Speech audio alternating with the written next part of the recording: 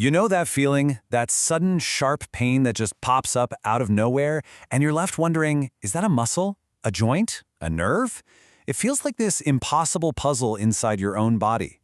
But what if I told you there's a systematic way to solve it? Let's dive in. Right? This is the big question. You move your arm and, ouch, something hurts. But there is so much going on in there. Pinpointing the exact source of that pain is the absolute first and, honestly, the most critical step to actually fixing it. So how in the world do the experts figure it out? And that quote right there is our theme for today. This whole process, it's not about guesswork. It's about being a detective. This guy, Dr. James Cyriax, a real pioneer in orthopedic medicine, he saw the whole thing as putting together a jigsaw puzzle. Each piece of information you gather makes the final picture that much clearer. Okay, so first things first, we have to treat this like a real detective case. The pain is our mystery, and our job is to find the culprit. And believe me, the challenge is huge. You've got muscles, tendons, ligaments, capsules, nerves, all layered on top of each other. It is so easy to get lost in all the possibilities. You absolutely need a reliable map, a proven method to find your way through it all and get to the right answer. Every good investigator needs a rule book, right? Well, in this case, it's the standardized clinical exam, a structured system that makes sure no stone is left unturned. And this right here is the golden rule.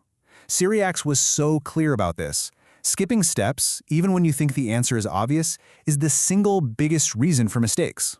It's a huge reminder that when you're doing this kind of work, making assumptions is the enemy.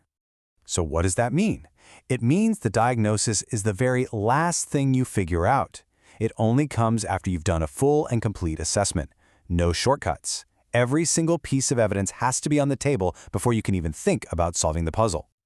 All right, so any investigation starts with gathering information. And here, that info comes in two very different forms. You've got the story the patient tells, and then you have the evidence the body itself reveals. So on one hand, you have symptoms. This is the patient's story. It's totally subjective. It's what they feel. But on the other hand, you have signs. This is the objective, measurable evidence that a clinician finds during the exam. The real magic happens when you connect that story to the hard evidence. So how do you get that objective evidence? Well, the Cyriax method uses a very specific set of tests designed to make the body reveal its secrets. You can think of it like a targeted interrogation of the musculoskeletal system. It pretty much boils down to 3 core steps. First up, active movements. That's where the patient moves on their own. This gives you a baseline for what they're willing and able to do.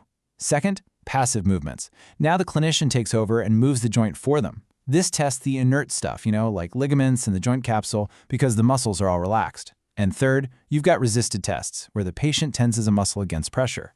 This is how you specifically isolate the muscles and their tendons. The real genius behind all this is a principle called selective tension. By stressing different tissues one by one, you can figure out exactly which one is causing the pain. So if it hurts when the clinician moves your arm for you, but it doesn't hurt when you try to tense the muscle, well, the problem is probably in one of those inert structures. It's just this beautiful, logical process of elimination. Okay, now let's get to the really cool part. Sometimes the evidence points to something bigger than just one muscle or ligament. Sometimes there's a hidden pattern that can crack the entire case wide open. And this is where it gets really fascinating. What if you can't lift your arm out to the side, and you also can't rotate it outwards very well?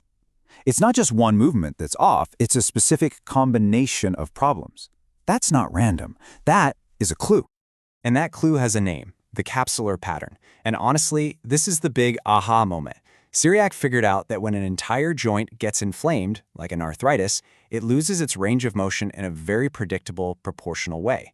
This was completely revolutionary because it meant diagnosis wasn't just about anatomy anymore. It was about functional patterns.